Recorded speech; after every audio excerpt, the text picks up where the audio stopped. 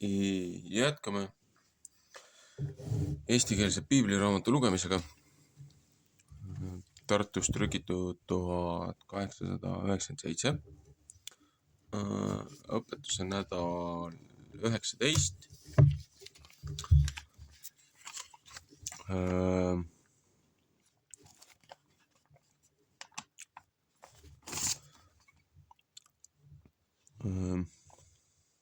Truma, Heave offering, contribution, see on siis kõigutusohvrid ja annetused. Prohvetite osa,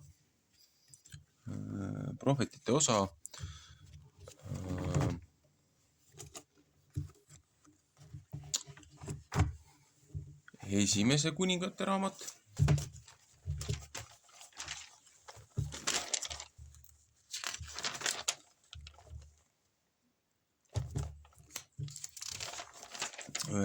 nädal esimene kuningate raamat 5.1 kuni 6.13.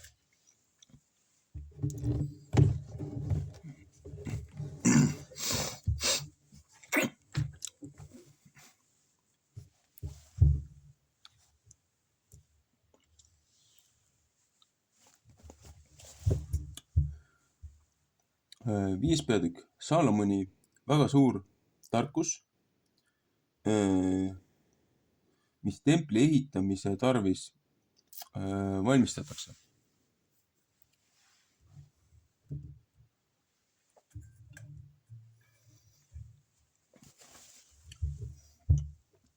Ja Saalomon oli valitseja kõigi kuningriikide üle Vrati jõest, Vilististe maast, Egiptuse rajast saadik.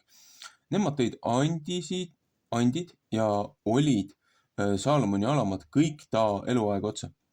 Ja Saalomoni ühe päeva moon oli 50 tündrit nisujahu ja 100 tündrit muud jahu, 10 nuumaveist ja 20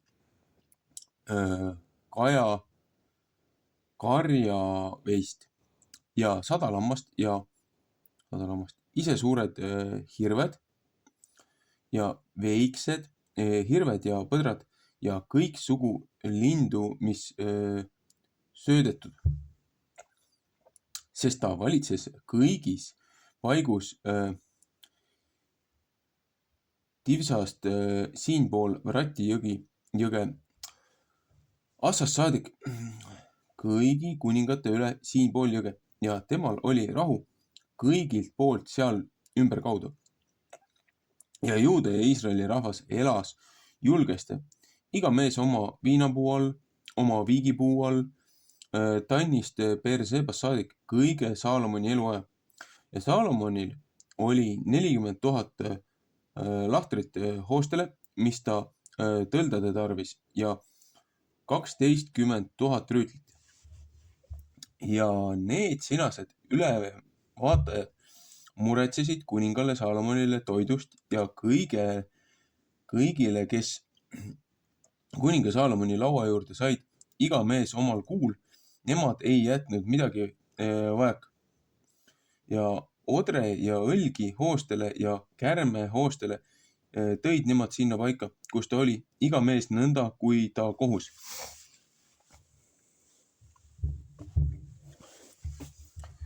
Ja Jumal andis Saalomonile tarkust ja väga palju mõistust ja südame rasket äratundmist, nõnda kui liiva, mis mere ääres, ja Saalomoni tarkust oli palju enam kui kõige hommikumaa rahva tarkust ja kui kõige Egiptuse rahva tarkust.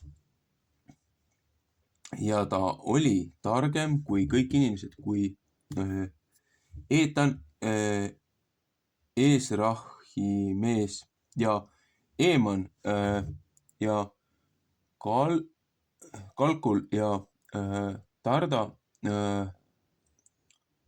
maolipojad ja ta oli kuulus kõigi paganate seas ümberkaudu. Ja ta rääkis üles 3000 õpetussõna ja tema laulusid oli Taat ja 5. Ja ta rääkis pisut seedripuust, mis Liibanoni peal, iisopist saadik, mis müüri küljest tõuseb.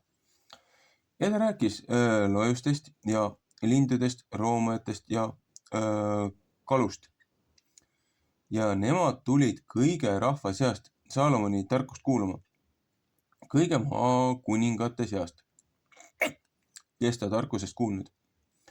Ja Tiiruse kuningas Hiram läkitas oma sulased Saalomoni juurde, sest ta oli kuulnud, et nemad teda kuningaks võtnud ta isa asemele, sest Hiram armastas Taavetit kõige eluaja.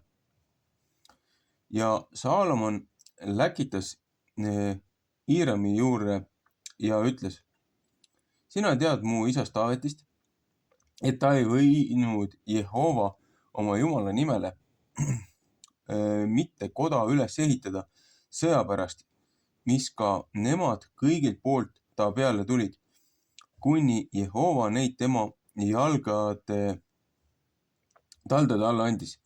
Ja nüüd on Jehova mu Jumal mulle hingamist andnud siin ümberkaudu. Ei ole vastast ega kurja, mis keelaks. Ja vaata, mu meeles on Jehova oma Jumala nimele üht koda üles ehitada. Nõnda kui Jehova mu isa Taaveti vastu rääkinud ja öelnud, su poeg, keda ma su asemele panen su aujärje peale, seesama peab mu nimele ühe koja üles ehitama. Teise Saamuli 7:13. Seepärast käsi, et nemad mulle seedripuid raiuvad Liibanonist ja mu sulased peavad su sulastega olema ja palga tahan ma sulle anda su sulaste eest kõik seda mööda, kuida sa ütled, sest sina tead, et meie seas ei ole seda meest, kes mõistab puid raiuda, nõnda kui Siidoni mehed. Ja see sündis, kui Hiram Saalomoni sõnu kuulis, siis sai ta väga rõõmsaks ja ütles, täna olgu Jehova kiidetud, kes Taavetile targa poja on andnud, see sinaste suure rahva üle. Ja Hiram läkitas Saalomoni juurde ja ütles, ma olen seda kuulnud, mispärast sa mu juurde läkitanud. Ma tahan kõige su hea meele pärast teha seedripuude poolest ja männipuude poolest. Mu sulased peavad neid Liibanonist alla saatma mere äärde ja ma tahan neid parveviisil mere peale panna ja saata sinna paika, kus sa mind käsid läkitada. Ja seal tahan ma neid ühest ära võtta, et sa neid võid ära viia, aga sina pead mu meele pärast tegema ja et sa mu perele leiba annad. Hiram andis Saalomonile seedripuid ja männipuid kõige ta meele pärast ja Saalomon andis Hiramile 1309 sälitest 90 nisujahu leivaks ta perele ja 830 vaati ja 8 kannu tõugatud õli. Nõnda andis Saalomon Hiramile iga aasta.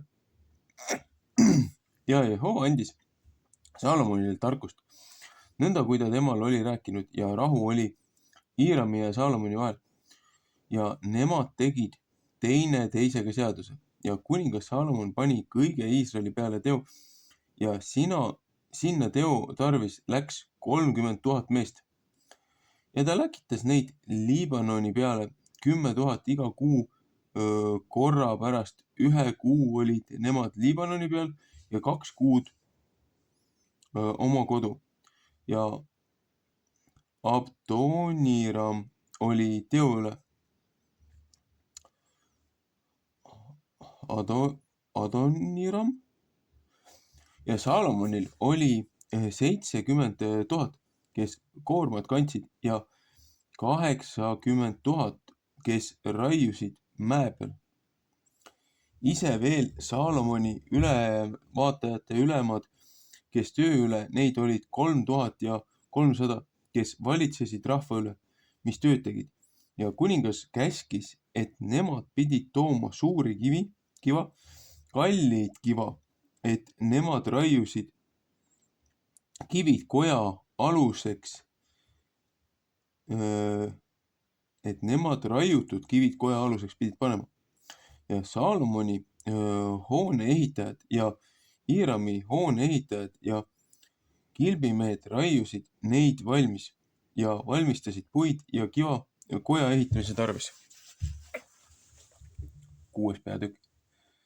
Templi hakatakse üles ehitama. Ja see sündis 418. aastal pärast seda, kui Iisraeli lapsed olid Egiptuse maalt välja tulnud 4. aastal pärast seda, kui Saalomon sai kuningaks saanud Iisraeli üle. Siivikuul, see on 2. kuu. Siis võttis ta Jehova koda ehitada ja koja pikkus, mis kuningas Saalomon Jehovale ehitas, oli 60 küünart ja ta laius 20 küünart ja ta kõrgus 30 küünart. Ja eeskoda koja templi ees, selle pikkus oli 20 küünart.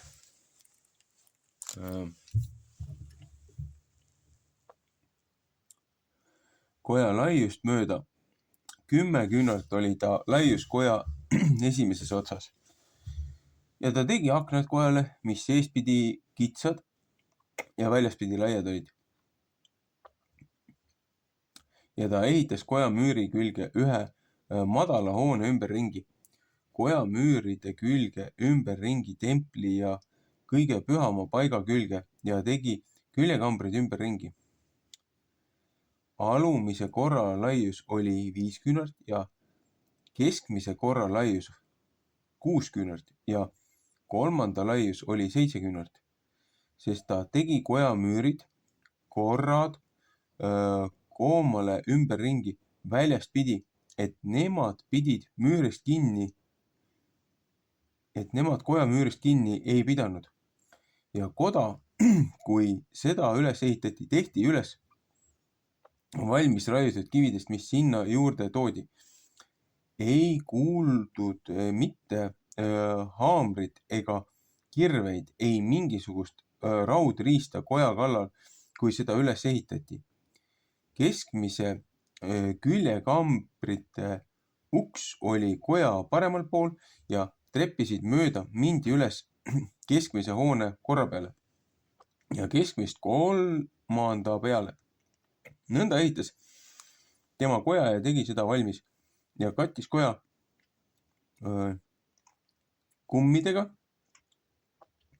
ja seedritega ridamisi. Ja ta tegi lae üle kõige koja, selle kõrgus oli 5 küünart ja see pidas kojast seedripuudega kinni. Jehova sõna sai Saalomoni kätte seda viisi. See sinase koja pärast, mis sa üles ehitad, kui sa minu seadmise järele käid ja minu kohtuseaduste järele teed, kõik mu käskusid pead, et sa nende järel käid, tahan ma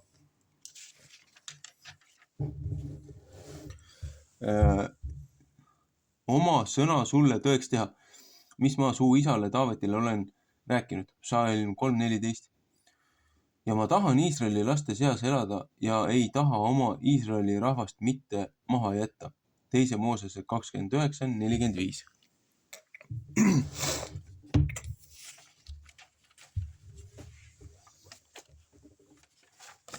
See on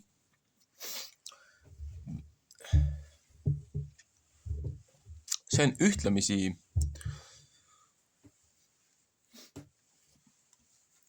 huvitav osa.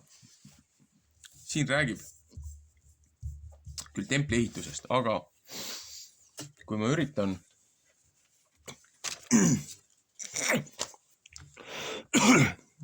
vaadata, kuidas see tempel on siis koostatud, et kui kõigepealt hakkame sellest, et ennem kui ma selle arhitektuurilise selle kompositsiooni juurde lähen, templi tarvis oli vaja palju materjali ja suured puud, suured seedrid ja siis, seedrid, männilised, et need toodi Liibanonist. Aga see, kellega ta koostööd tegi Leebanonis, seepärast, et kui maad mindi ju kuulama seal vallutuste ajal enne seda, siis seal elasid ju hiiglased. Ja Hiiram oli üks kuningatest seal. Nüüd, ennem kui me läheme selle hoone ehituse juurde, siin on mitu sükest huvitavat faktoidi. Et erinevatel allikatel, miks just vabamüürlaste loosid on üritatud ehitada väga Saalomoni templi järgi. Või näiteks Louvre'i siis Prantsusmaal see muuseum, kus ma olen käinud, see maa-alune kompleks, väga sarnaselt on ehitatud Saalomoni templi koopiana. Nagu korruse plaani suhtes. Aga kui võtta need vanad katedraalid, mida meile, vähemalt kui mina koolis käisin, ajalooklassis räägiti meile ühte, et läbi mitmesaja aasta ehitati katedraale, käsipeitlite ja kirvestega raiuti ja kui üks tükk oli vale, see tuli uuesti teha ja väga raske oli neid teha. Aga kõik need elemendid tundusid väga moodulelementidena olema. Et need ornamendid ja kaunistused, et mitu koolkonda siis neid meistrimehi tegid ühte ja samu asju. Eks hiljem toimusid nende katedraalide ja nende asjade taastamised küll, aga kui räägiti meile erinevatest nendest templit või nende katedraalide ehituste nagu meetoditest, et kootistiilid ja igasugused muud stiilid, et hooned ehitati nii võimsad, et nad ei olnud võimelised üksteist kandma ja siis tehti võlvid, tehti teravaks, et sisse ei kukuks ja kõigil nendel asjadel oli konstruktsiooniliselt loomulikult proportsioon ja loomulikult oli ka see, et kuna need hooned olid nii kõrged, et see põhiosa, mis siin keskel oli, need seinad ei kannatanud seda võlvi niisama ära, et need seinad oleks laiali läinud, siis tehti nii-öelda kontraforsid ja lisagaleriid tehti külje peale ja tehti veel külje peale ja veel külje peale, kui oli vaja. Ja siis see põhikaar, mis oli see laugekaar, mis oma seda konstruktsioonilist raskust ei oleks vastu pidanud, siis need kaared tehti murtud kaared kõrgema nurga all, et jagada ühtlasemalt raskust. Ja siit tulevad need vägevad katedraalid. Erinevad, mida ma olen Prantsusmaal külastanud ja näinud. Aga miks just vabamüürlaste loosid ja miks just need on nii-öelda Saalomoni templi järgi tehtud? Seepärast see, kellega seal koostööd tehti, selle informatsiooni allikate järel, mis minul on, tegemist oli mingi hübriidi, mingi hiiglasega, mingisuguse, mis iganes. Seepärast, et kui need seedripuud seal olid juba 40 jalga, hakka jälle peast arvutama, kui suured need olid. Kui 6 jalga on 2 meetrit, 12 jalga on 4 meetrit, 24, 6 korda 4. See on siis, 24 jalga, 6 on 2, 12 on 4, 18 on 8, 2, 4 või 18 on 6, 24 on 8, pane veel 6 juurde, see on 30, on 10 meetrit ja pane sinna veel, ütleme 12 juurde, 42 on ju. 42 on 14 meetrit.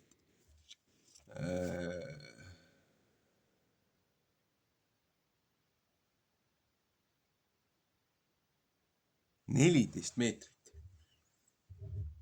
14 meetrised, nagu hiiglased on ju. Et 40 meetrised hiiglased.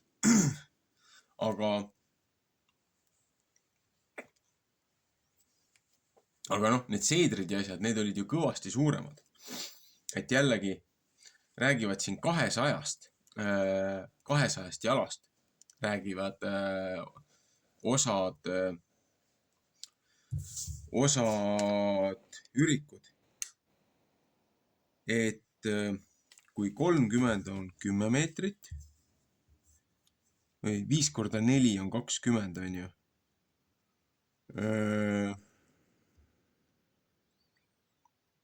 No jah, jälle peast arvutamisega läheb sassi. Ühesõnaga, et kuna need seedrid olid väga suured, et kui võtta see hiiglaste proportsioon ja see asi, et kuidas neid ehitati, kui suuri kive seal võeti ja siis, kui arvestada seda rahvamassi, mis võeti selle templi ehitamisele kaasa, need ülemvaatajad ja töömehed ja kõik need, et kuidas nad käisid komandeeringus veel, et kuu aega olid seal, 2 kuud olid kodus. Et kui need sammused rahvas siis koos töötasid seal nende hiiglaste asjadega, seepärast selle templi ehitamise ümber on igasugust huvitavat asja. Aga siin ongi see asi, et Saalomon oma suures tahtes ja suures nagu selles tõotuses, et nagu ka pühakirjad ja prohvetid olid ennustanud, et Taaveti poeg ehitab siis loojale koja, ehitab templi. Ja et seal ei olnud ühtegi tööriista templi ehitamisel kuulda. Ei haamreid, ei peitleid, ei midagi. Et kõik pandi nagu lego kokku seal koha peal. Rahus ja vaikuses. Aga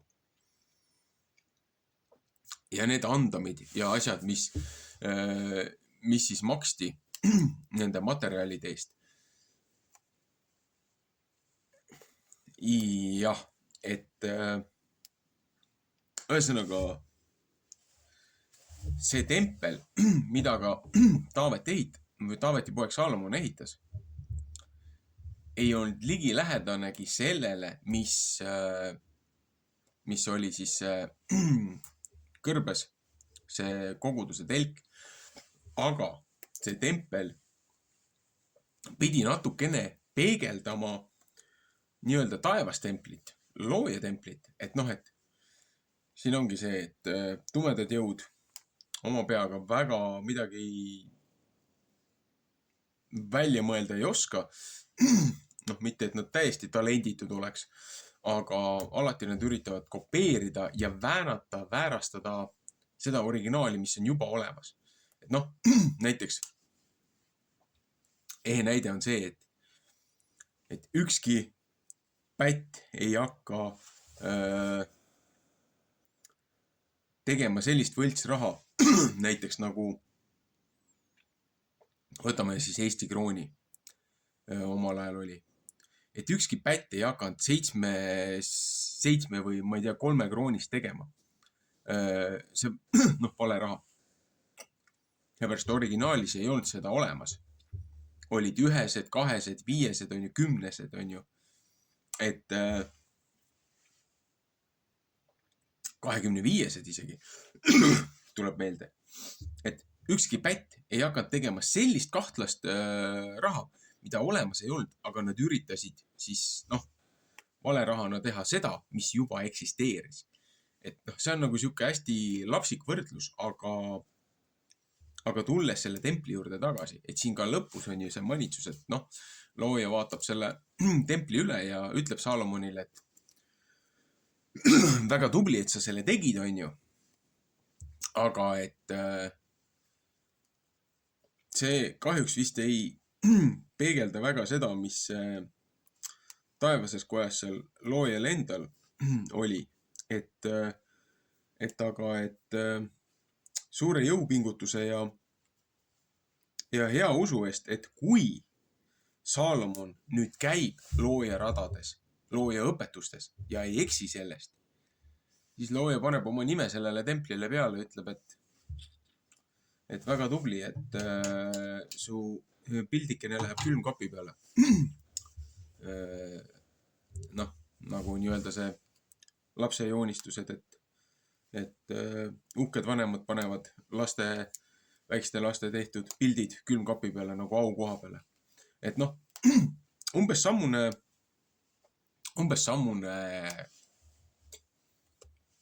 tunne jääb siin. Aga ma jäin vaatama nagu seda templikoda ja neid proportsioone. Muidugi hilisemad need raamatud, apokriiva raamatud kirjeldavad taevase templi siis seda ruumijaotust ja korruseplaani, mida prohvetid on näinud. Ja need nali naljaks, aga peegeldavad väga palju meie tänapäeva mõistes siis kirikute ülesehitust. Seepärast, et siin on ju ka selle templiga on ju see, et kui sa võtad seda, et miks ma tahtsin selle juurde tagasi tulla, et kui koja pikkus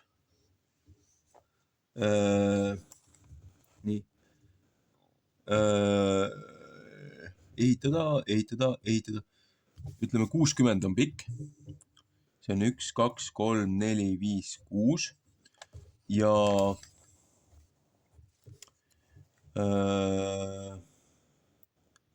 laius on 20 ja ütleme kõrgus on siis 30, et kui niimoodi vaadata. Nii. Ja siis templi ees on veel eeskoda. See oli 20 koja laiust mööda.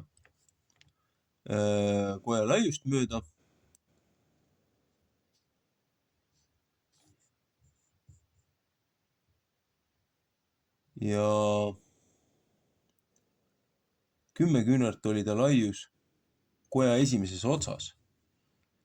Et vaata, et nagu koonuses oli. Et nagu lehter tekkis siia. Nii. Ja aknad olid samamoodi. Et kui me vaatame neid vanu losse ja kindlustusi, et väljaspoole oli nagu müür oli laiem ja seespoolt oli kitsas pilukene, et see oli ka ühtlasi, et siit said välja näha, aga militaarpositsioonis see oli ka kaitseks nii-öelda, kuidas öelda, võiks öelda, et kaitseks siis kaitsjatele, et maksimaalselt siin seespool olid peidus, aga nende see vaateväli oli laiem. Võtame selle selleks. Nii, tegi aknad kojale ja siis ehitas müüri külge ühe madalhoone ümber ringi. Et kui siis oli mingi madalam ring, oli veel ümber ringi siin, ümber selle on ju, et nüüd lähebki see natukene madalam hoone.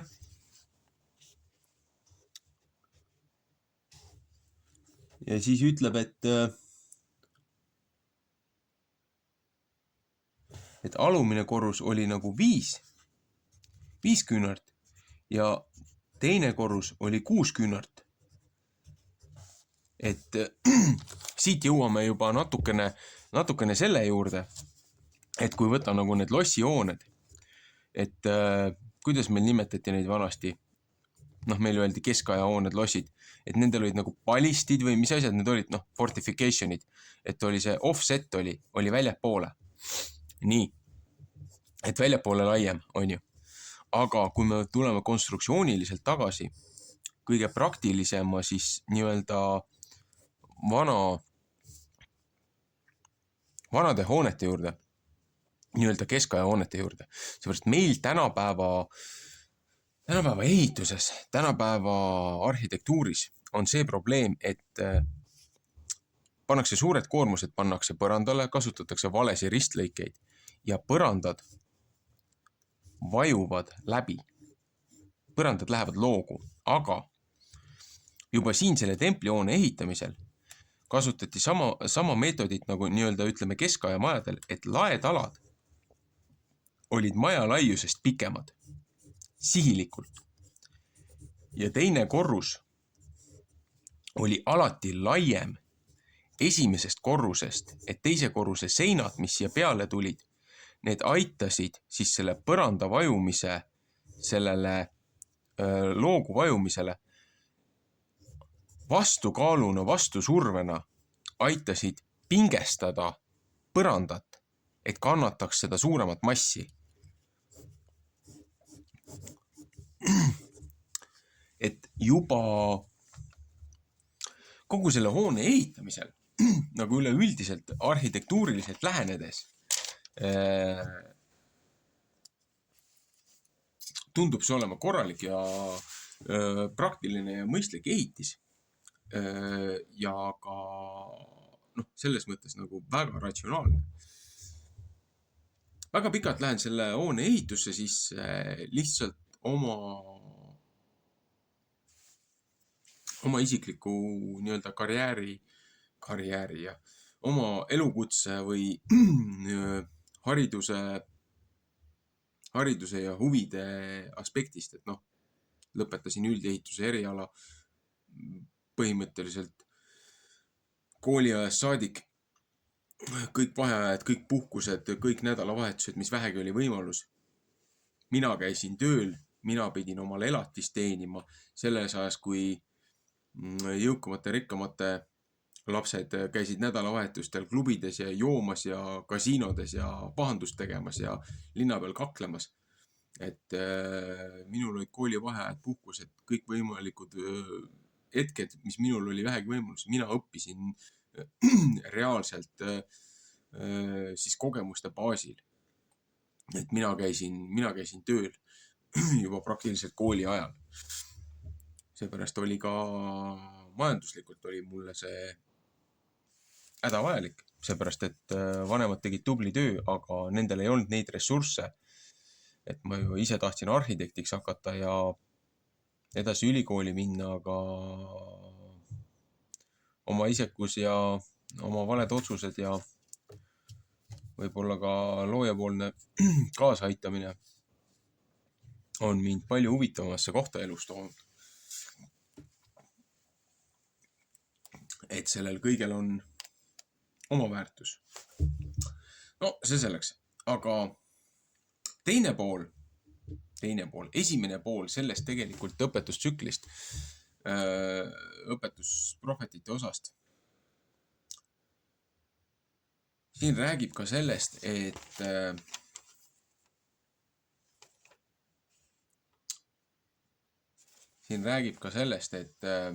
mida siis kuningas Saalomon sõi või mida tema õukond sõi. Ja see toob meid tagasi piiblilisse toitumisse. Mitte mingisugustes, ma ei tea, paleo, ma ei tea, mis iganes evolutsiooniteooria põhistesse nendesse nii-öelda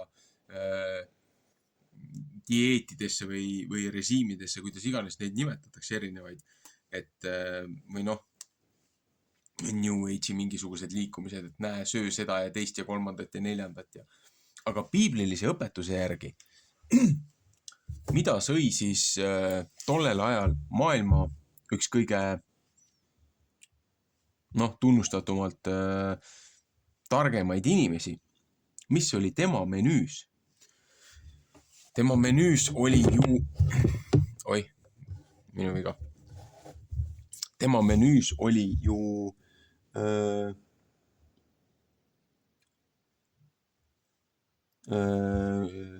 nuumaveised, ehedad, puhtad, selles mõttes rohumaadel kasvanud, GMO-si siukseid asju meie teadmiste kohaselt tollel hetkel ei kasutatud. Et looduslikult puhtad veised, mida meil siin tänane korrumpeerunud, ära müüdud, ära ostetud pedofiile kaitsev valitsus hävitab, nagu tehti siin nõukogude ajal gulaagidega. Et minge tagasi mu teise kanali peal olev 2.-3. video toitumisest, millele ma viitasin ka siin sigade revolutsiooni aeg, mida ütlesin, et väga paljud asjad on seal kirjas, mida tehti too suvi siin. Aga inimestel ei olnud aega ja huvi seda informatsiooni üle vaadata. Saatsin küll linke ja asju, aga kui ei ole tähtis, siis ei ole tähtis. Aga lihtsalt, et lisaväärtusena vaadata toitumise seda videosi 2 kuulata. Et nuumaveised, karjaveised on ju, et nii lihaloomad kui ka siis tavalised on ju. Nii lambad. Ja siis metsaloomadest hirved ja põdrad. Et selles mõttes põdraliha, hirveliha, siis kõiksugused puhtad linnud on ju. Et mida söödi. Et selles mõttes toidu, siin näitab ka neid koguseid, et toidu osakaal, et me peame loobuma soolast ja rasvast ja kõigist nendest asjadest. Jõuame ju tagasi sellesse toidupüramiidi, mille siis üks väga eksiteele viidud, kas see oli ühe kristliku nominatsiooni, kes olid kaldunud loojaõpetustest parasjagu kõrvale, et tema oli saanud inglilt ilmutuse, et kuidas peab olema toitumise see sedel ja kogu siis nii-öelda toitumise püramiid tehti ümber ja võeti ära toitained, võeti ära õiged toitained inimeste toidumenüüst, mindi ainult teraviljade ja nii-öelda Eedeni aia aegsesse taimetoidulissu, taimetoidulise sellesse murusööjate režiimi peale. Aga meie langenud ühiskonnas, meie langenud kehades staadiumis kahjuks või õnneks meil on vaja neid rasvasi ja neid proteiine ja asju, mida inimorganism saab omastada siis tervelt ja puhtalt kasvatatud loomadest. Et aga see selleks, et Kennedy ju võitleb kogu selle tervise ja ühiskonna üleüldse moraalse selle poole pealt, et see toidupüramiid ju pöörati pea peale. Ja siin ju näitab samamoodi, et kuningas Salomon ju räägib ka seda, et või kuningate raamat räägib Salomoni nagu sellest toidumenüüst, et nagu loomaliha, puhas veiseliha, lambaliha, põdrad, hirved, metsalinnud, mis siis on piibliliselt kontekstis puhtad, mitte lestadega, et mitte raipesööjad, mitte kullid. Et nagu niivatori ja aialinnud ehk kanad. kõik siuksed asjad. Ja siis see väiksem osa sellest püramiidi protsendist on ka siis puhtal teraviljal. Noh, loomulikult siin ei ole konkreetselt otseselt siia teksti sisse toodud veel nagu puu- ja juurvilju asju, aga see on ka üks osa ju sellest toidulauast, et aedviljad ja need saadused, et kui tähtis on tegelikult selleks, et vaimselt olla tasakaalus, pead olema füüsiliselt tasakaalus, et keha ja mõistus suudaksid koos funktsioneerida ilma puudujääkideta, siis selleks on vaja teatud algtingimusi.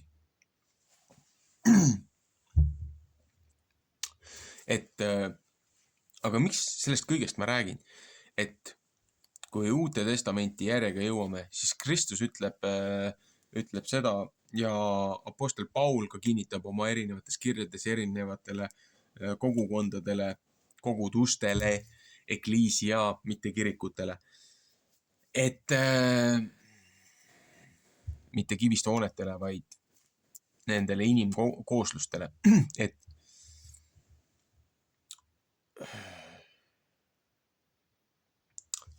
sinu keha on kui looja tempel peale seda, kui füüsiline tempel hävitati. Kui peale Kristuse ristisurma ja isa juurde naasemist siis Rooma valitseja tuli ja okupeeris selle ala ja lammutati siis tempel niimoodi, et kivi peale ka ei jäänud, nagu Kristus ennustas. Ja prohvet Daniel on sellest rääkinud, et nüüdsest on sinu keha on kui looja tempel ja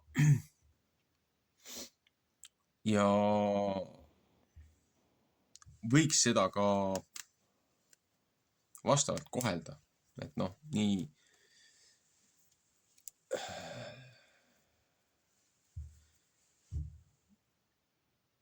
nii kehvasti või kui väikleselt me sellest kontseptsioonist aru saame, et tasuks meeles pidada, et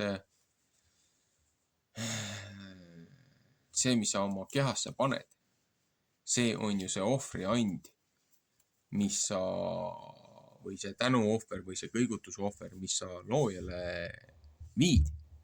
Et kui nagu, et mis on templi rüvetused, et imperaator ju keelas ära selle vallutuse hetkel, kui see ühiskond oli nii alla käinud, keelas ju ära templitalitused seal Heebrea rahvale ja Iisraeli rahvale ja tõi siis kreeklaste siis selle peajumala, selle jumaluse, selle teemoni langenud inglite järeltuli ja selle Zeusi põhi siis nii-öelda selle templi ohvri tõi siis sinna peatemplisse ja ohverdas sigu heebrealaste templis, mis on nagu piibliliselt mitte puhas loom, et nagu looduslik biopuhasti, selles mõttes nagu bioloogiline prügijaam, et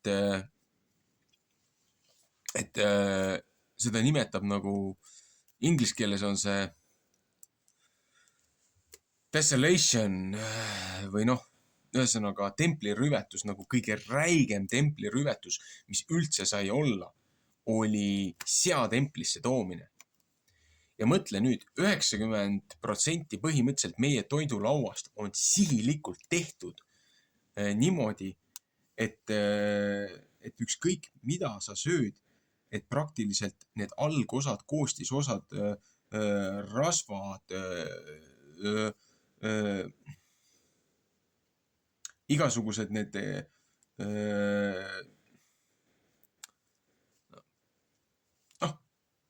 algtuum koostisosad on seaüdi, searasv, seakondi jahu või siis mis iganes kuradi hobuse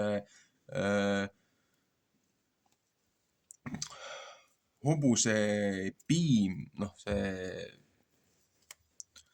ühesõnaga kõik need asjad, mis siis Levitikuse raamat, Moosese 3. raamat või?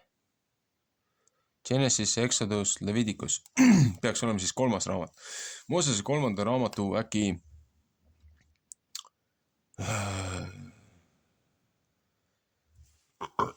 ma ei mäleta, kas see oli 23. peatükk või? Ma võin nüüd peast eksida, aga ühesõnaga Moosese 3. raamat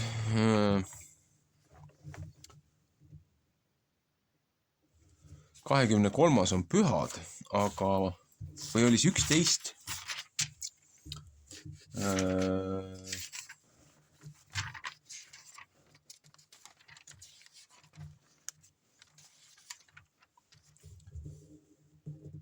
Näe, jah. Vahe puhta ja roojase loojuse vahel.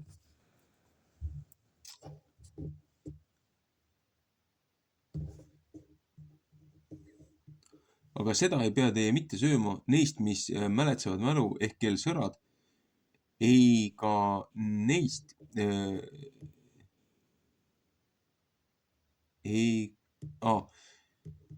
aga seda ei pea teie mitte sööma neist, mis mäletsevad mälu ega mälu ehk kel sõrad, ei kaameleist, sest ta mäletseb küll mälu, aga sõrge ei ole temal, see olgu teile roojane, ega mäerotti, sest ta mäletseb küll mälu, aga sõrge ei ole temal, see olgu teile roojane, ega jänest, sest ta mäletseb küll mälu, aga sõrge ei ole temal, see olgu teile roojane, ega siga, sest temal on küll sõrad ja sõrad ühest lahti, aga mälu ei mäletse ta mitte, see olgu teile roojane. Nende lihast ei pea teie mitte sööma ega nende raipe külge puutuma, need olgu teile roojased. Ja mis siis meil on delikatessiks? Meil on delikatessiks ja meil on pühade kõige suuremad siis toidud, kõige eksklusiivsemad, kõige premeeritumad, kõige kõrgemale kohale tõstetud toidud. Olgu see siis jäneseliha või pardipraad või seapraad või need on kõik need asjad, mis söövad raipeid, mis söövad sõnnikut, mis söövad neid baktereid, paelusse, kõik neid haigusi sisse. Ja siis kui sa tood selle kõik enda kehasse, läbi aastate siis nagu miski asi peab järgi andma.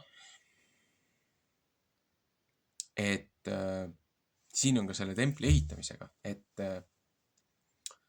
Saalomon tegi seda küll ju heast tahtest, aga kohati mulle tundub, et need vahendid, mida ta kasutas selle templi ehitamisel, ei olnud just loojale kõige meeltmööda. Seepärast siin edasi siin osades nendes, mäletan nüüd konkreetselt raamatut, aga ma mäletan, et kui ma seda ingliskeelset lugesin, siis selle ingliskeelses ütles ka, et kui see tempel valmis sai, kui see sisse pühitseti, siis rahvas tegi kõva häält. Osad olid nagu, püüdsid juubeldada ja ennast nagu kõrgemaks tõsta, et ei kuuleks, kuidas teine osa inimestest nuttis. See ei olnud Saalomoni templi aeg. Minu arust, kas see oli nüüd esimene või teine tempel, et üks tempel, mis tehti, et see ei meenutanud ligilähedalegi seda, mis oli selle kõrbese telk, et nüüd ongi, kas oli Saalomoni tempel või see oli teise templi ehitus. Ma võin selle nüüd sassi ajada, aga üks osa rahvast lihtsalt nutis sellepärast, et see, milline see tempel välja nägi, ei olnud ligilähedanegi sellele, mida kogeti selle eraldatud ajas seal, mida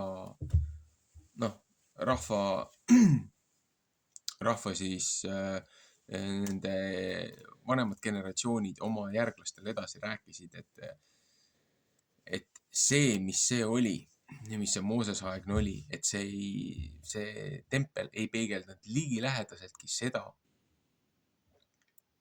mis oli nagu see looja tempel. Et see ongi see, et toome nüüd jälle paralleeli oma enda kehadega. Et meil need transhumanistid ja kõik need muud transideoloogiad, et need üritavad ju järgmiste generatsioonide ja täna läbi toitude igasuguste nende meditsiiniliste sekkumistega meie kehasi muuta, meie DNA-d muuta, meie olemust muuta, meie hinge muuta millekski, mis ta ei ole kunagi mõeldud olema. Et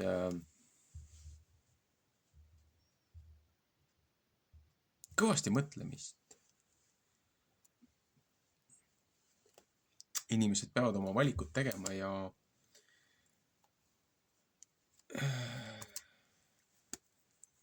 eks nende elutee ja nende valikud peegeldavad nende meelsust.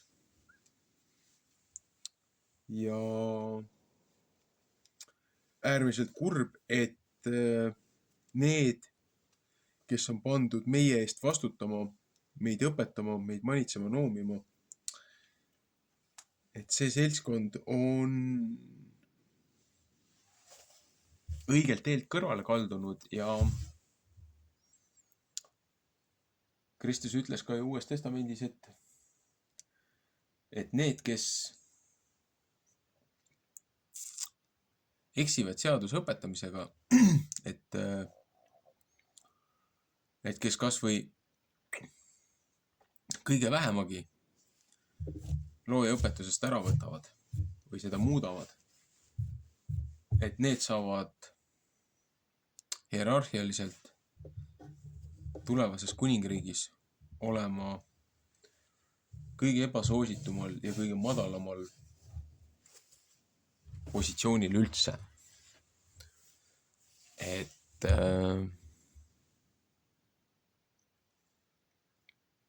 igal teol on tagajärjed.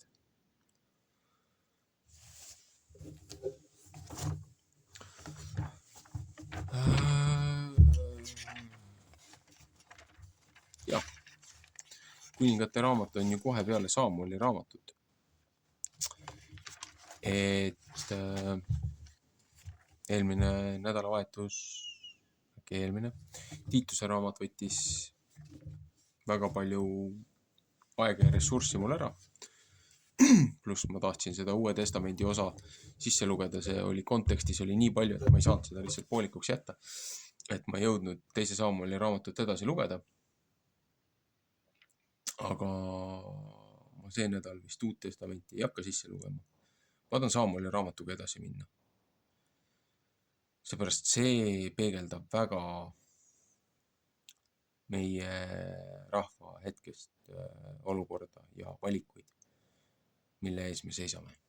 Ühesõnaga, meeldivat hingamispäeva, lugege Vanat Testamenti, lugege Uut Testamenti, kellel on huvi kuulata minu neid salvestusi, mis ma olen teinud. Teine kanal on mul see, väljaspool seda piiblikanalit. Mul peaks küll kuskil nimekirjas olema. Isegi selle kanali all viide sellel teisel kanalile, et religioon ja usk, kommentaar. See on siis kolmas video toitumise kohta kontekstis. et mida tuua templisse, mida mitte ja mis meil täna siin toimub, siin maal, siin riigis, selle rahva kallal, mida meie oma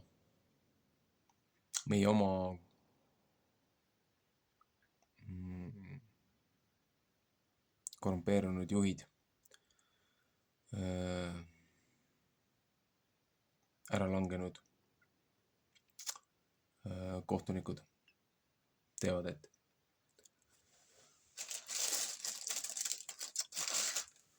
Ajalugu ei pidanud korduma, aga ta pidi korralikult riimuma. Et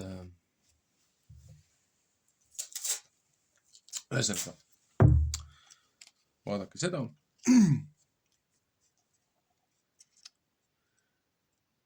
Kellel on huvi, kellel ei ole. Jätkuvalt olen üles pannud videodele juurde serveri linki. Jupikaupa lisan sinna informatsiooni juurde teisest serverist. Üritan asju ümber tõsta. Üritan jupikaupa serverisse lisada õpetusnädala portsjonitele lisaväärtuse informatsiooni. Et vähemalt ressursid ja võimalused on olemas, kes tahab neid kasutada. Selle jaoks on need kättesaadavad. Kohustus ei ole. Aga